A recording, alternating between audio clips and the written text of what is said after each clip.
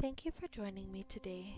This is Whitney with the Yoga Art Space Studio, and today's practice is yoga poses and yoga philosophy together. Essentially, we take on 4 poses, which are a little bit of a challenge, and these challenges help to illustrate some of the lessons we hope to find in the first 4 Yoga Sutras of Patanjali. And so we begin with a toe stretch. If the toes are comfortable, we try to sit back all the way onto it. The posture is tall. If you need to give the toes a break, just drop forward and then return to it as long as you can.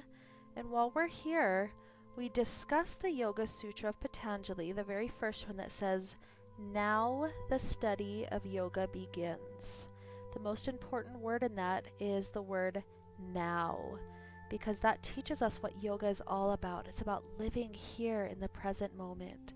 It's about being with this toe stretch, being with the pain, being with the body, trying not to ignore it just because it's hard. That's what yoga is all about. That's what the whole of yoga is supposed to teach us. Learning to be now, not in the past, not in the future, just in the now. So take a few more breaths, just being right here, trying to practice that Yoga Sutra.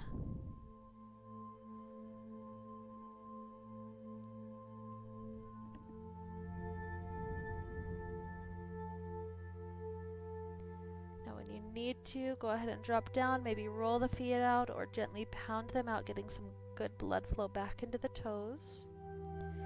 And our next one is going to be a quad stretch.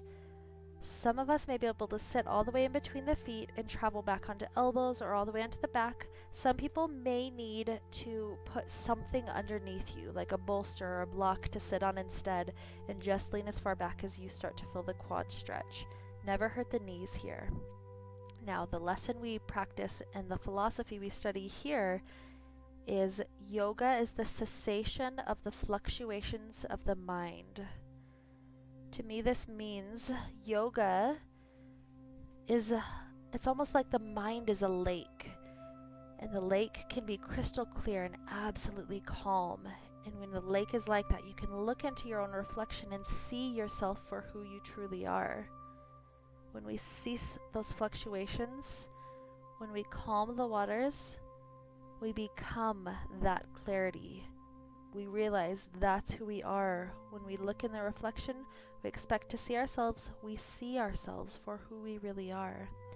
Now, this pose can teach us about who we really are. Am I the person who is trying to put myself into knee pain needlessly? Am I the person who's already open and flexible? Am I the person that doesn't really feel anything? Can I adjust myself to feel it? Now we'll come out of it gently the opposite way we came into it, and then begin to lift up into downward dog. This is our third pose for today, holding in downward dog for quite an extended period of time to feel all the work and all the stacking that's involved here. Try to make this less about muscles, more about the bones and the skeletal system stacking high. Our lesson here is then the seer abides in itself. So when we look in that crystal clear waters of the mind, the fluctuations have ceased, then the seer abides in itself. You are the seer of your experience. You see what's going on. You move, you feel it, you believe it. You are the seer. And so when you see yourself as you looking into that crystal clear lake and you realize who you are, then you as the seer can be who you've always meant to be. You can become that simple, that connected person, living in the present, being with the body, being with the experience. So here in this pose, be who you are.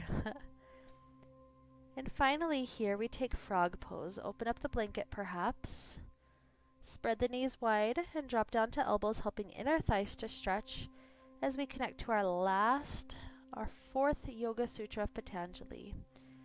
At other times, when the seer does not abide in itself, the seer appears to assume the form of the fluctuations.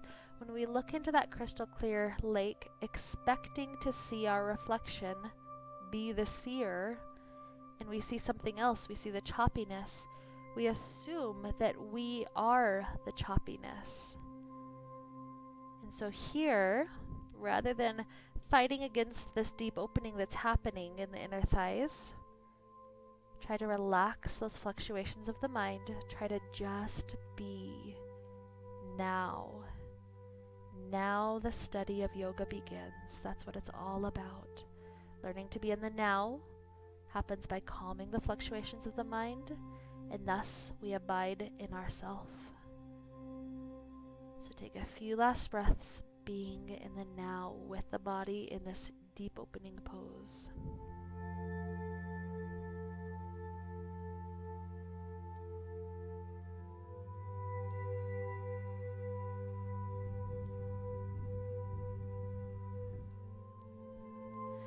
We'll gradually come out of this.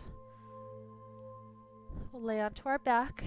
If your legs need a little bit of attention, that's fine. Maybe you're ready straight away for your Shavasana. And so now in the Shavasana, let our study of yoga begin. Relaxing the body absolutely peacefully. Stay here for as much time as you have today. And I thank you for joining me in this journey toward yoga, toward union. May we all be filled with light and happiness and peace.